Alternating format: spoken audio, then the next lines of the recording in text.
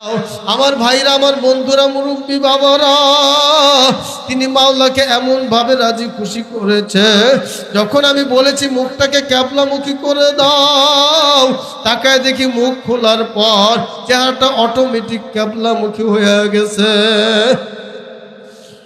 আমার ভাইরা, আমার বন্ধুরা, মুরব্বী বাবারা, আমাদের প্রত্যেকেরই কিন্তু একদিন মৃত্যুর স্বাদ গ্রহণ করতে হবে। এই দুনিয়ায় কেউ চিরদিন থাকতে পারবো না, কিন্তু কিনা মাওলার কবর রওনা দিলাম। জানিয়ে রাখেও নিঃশ্বাসের কোনো বিশ্বাস নাই, এক সেকেন্ডের কোনো ভরসা নাই। এই যে আমি যখন মদনপুর থেকে এই রোডে আসতেছিলাম, আমাকে একটা টমটম গাড়ি আমাকে ওভারটেক করে চলে আসলো খুব তাড়াহুড়া করে।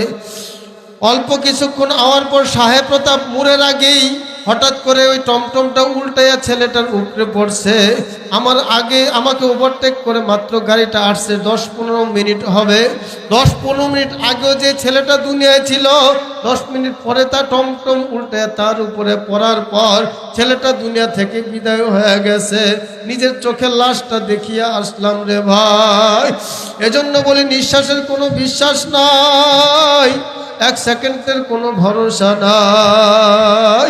আমার আল্লাহ বলেন কুল্লু নাফসিন যায়িকাতুল মাউত, প্রত্যেক প্রাণীকে মৃত্যুর স্বাদ গ্রহণ করতে হবে রে ভাই। কিন্তু কিনা মাওলার কবর রওনা দিলাম, একটু চিন্তা ভাবনা করে তারপর মাওলার কবরে যাইয়া।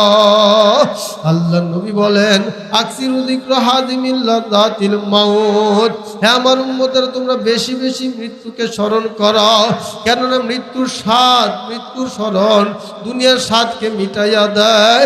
এজন্য আজকে বলিয়া যাই রে ভাই, কখন জানি মালাকুল মউত আসিয়া সামনে দাঁড়ায় যায়, তোমাকে আমাকে ধাক্কা মারিয়া মৌতের বিছানায় শোয়া দেয়।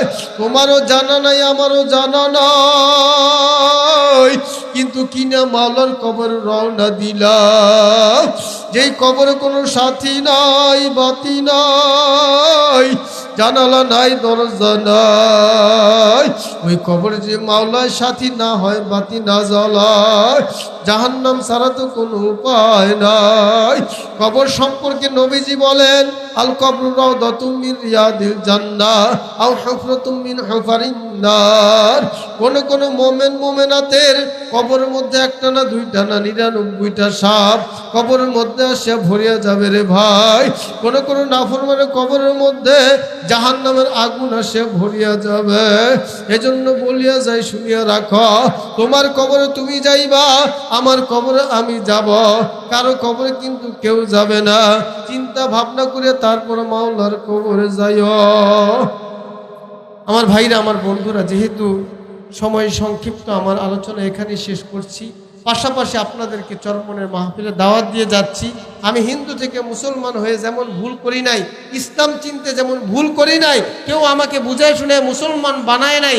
আল্লাহ আমাকে একটা দেমাগ দিয়েছে, এই দেমাগ দিয়ে আমি চিন্তা করেছি, দেখেছি, বুঝেছি, তারপরে মুসলমান হয়েছি। ঠিক তেমনিভাবে এই দেশে হাজার হাজার পীর আছে, দরবার আছে, অনেক হক্কানি দরবারও আছে।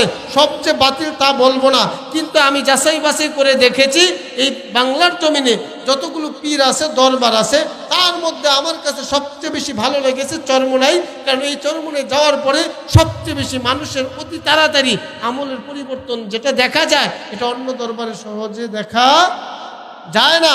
এজন্য আমার ভাইরা, এই চরমনের মাহফিল এই মাসের 28, 29 এবং 1 মার্চ 3 দিন ব্যাপী মাহফিল।